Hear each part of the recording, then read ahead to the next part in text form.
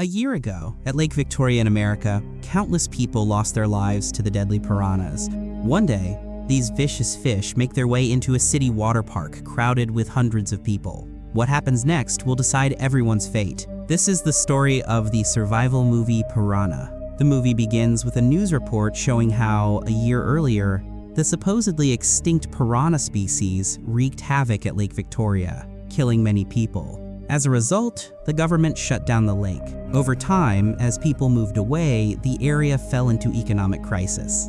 Meanwhile, two farmers from the American coast arrive in search of their lost horse. They find the animal's carcass floating in the water.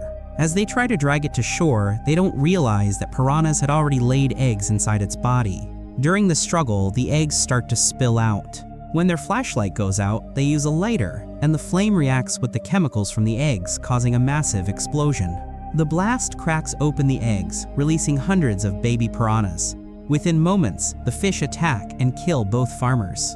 The next day, we see Chet, the owner of the water park that's set to open in 2 days. He replaced the male lifeguards with female ones, hoping it would attract more customers. He also built a special adult section to draw even larger crowds and spent heavily on publicity.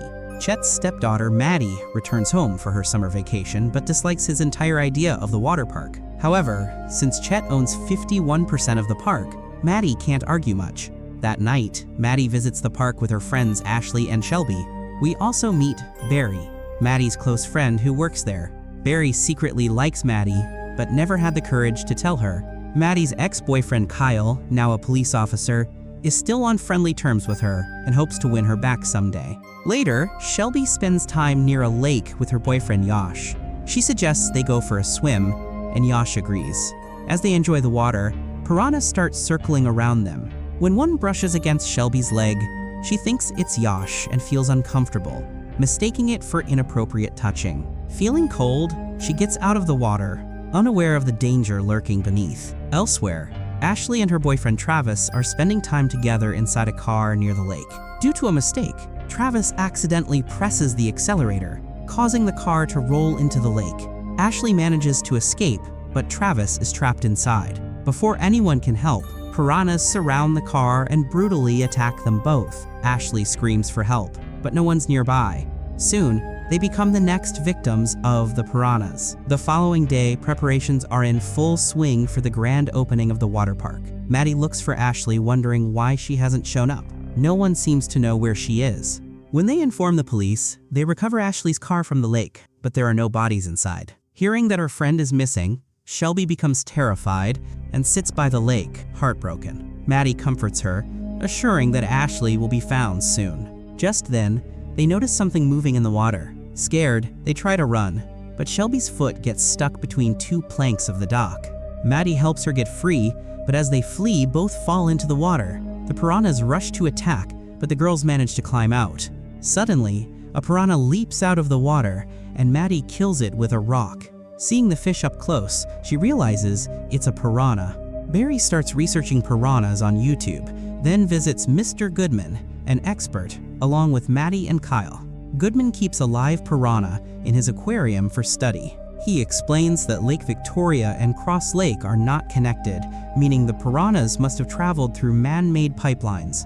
To demonstrate their strength, Goodman puts a steel plate inside the aquarium, with a frog on the other side. The piranha bites through the steel to reach the frog. Barry saves the frog, reminding him of his old pet, but everyone is shocked by the piranha's power. Goodman explains that the piranhas survived for years due to sulfur dioxide emitted from the warm soil underwater. When chlorine is added to purify water, it releases the same gas, confusing the fish and causing them to travel through broken pipes into other lakes. Maddie then realizes that the water used in their park comes from the same lake through those pipelines. Since the park opens tomorrow, they must inspect the pipes immediately. After thanking Goodman, they leave. Maddie goes to the lake to check the pipelines herself. Barry refuses to go since he can't swim, so she dives in alone. She finds the pipes reinforced and feels relieved, until a swarm of piranhas suddenly attack her. Maddie swims to safety, and Kyle helps her out just in time.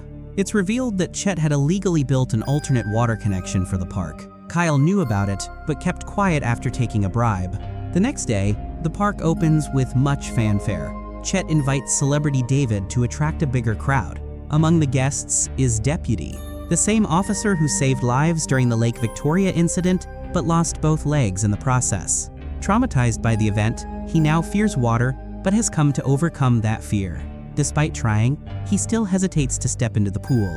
At the back of the park, Maddie discovers a massive underground pump transferring lake water directly into the pool. She warns Chet that the piranhas might come through the pipes, but he ignores her, insisting that the piranhas are far away in Lake Victoria and that the park is perfectly safe. Meanwhile, a large group of piranhas enters the park through the water pipeline.